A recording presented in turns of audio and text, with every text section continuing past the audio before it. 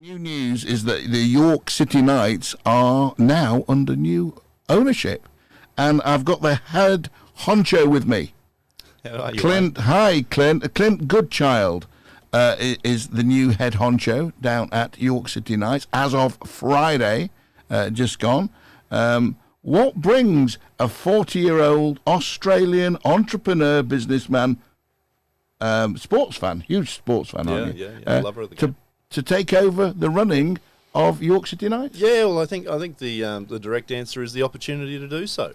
You know, it's rare in business and in life where your head and your heart actually align. From a business point of view, the York City Knights are in a great position. There's so much opportunity, and I think you'd be a fool not to look at it purely from that as an option to become involved. But the fact that it's also in rugby league makes me smile awfully big. Yes. I absolutely love the game. You know, growing up in Western Queensland, it's a passion for all of us out there.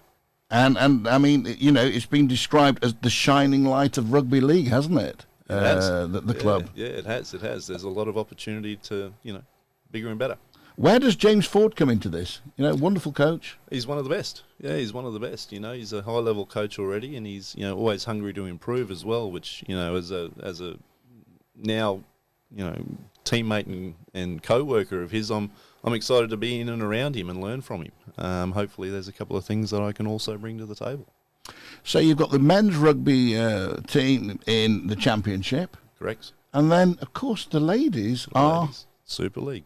which is they can't go any further, can they? Well, we can go one step further. Oh. Last year they came very close, my friend, but some good off-season recruiting and some very savvy leadership there from Lindsay Enfield and her team. I think they have a good chance to go all the way this year. And are you still going to continue with the foundation? Absolutely, of course, yeah, without a doubt. It's Neil Gulliver, who is the general manager of the club, who I have so much to learn from him. He's an incredible operator and a wonderful man. He's been the head of that foundation for years, and I think that's a big part of the reason why the club has done so well. I mean, in 2016, it all nearly fell apart, didn't it? That's what I hear. Yeah, that's what I hear. Yes. And what John Flatman, he's got a great eye for talent, both off and on the field. The team that he built in the back office, as well as the relationship he has with 40, being able to put a squad together over the last 5-6 years. It's been nothing short of astounding, really, what they've been able to achieve to get it to this point. What is your message to the fans and your team members and staff at the club who'll be listening to this? We're going to be persistent and consistent. We're going to bring the right attitude and the right effort to everything that we do. And this is not a responsibility I take lightly. This is my life now. I've got a 3-year plan, a 10-year plan, and a 40-year plan, and they all involve the York City Knights. One final question, Clint. Mm-hmm. What do you think to Yorkshire folk?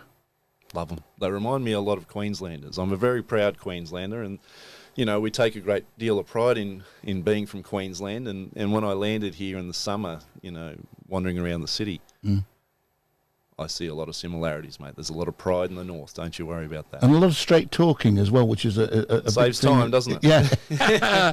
Hey, listen, it's good to have you around, and thank you for coming into the studio. My pleasure. Thank you.